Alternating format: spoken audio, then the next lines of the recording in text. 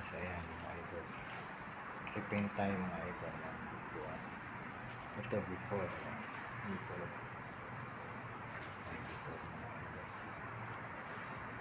Before. Ayan. And after. And after. Mga idol.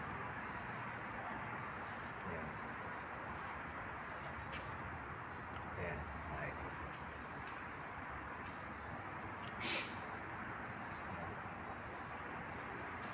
Dalawang chair na napintura natin mga idol.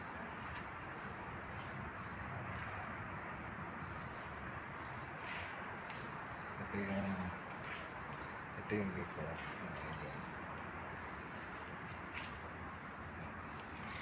Tapos napinturahan ko mga idol. Shiny na yun. Niyugot mo lang. Ganda na idol. Silip ko lang ang trabaho ni idol. Ito yung pipintura ko yan. Lagyan ko ng masking tape mga idol. Hirap magpintura mga idol. After may cushion idol. Okay mga idol, God bless. Paki-comment kung saan nakarating ang video ko na ito mga idol. God bless. Bye.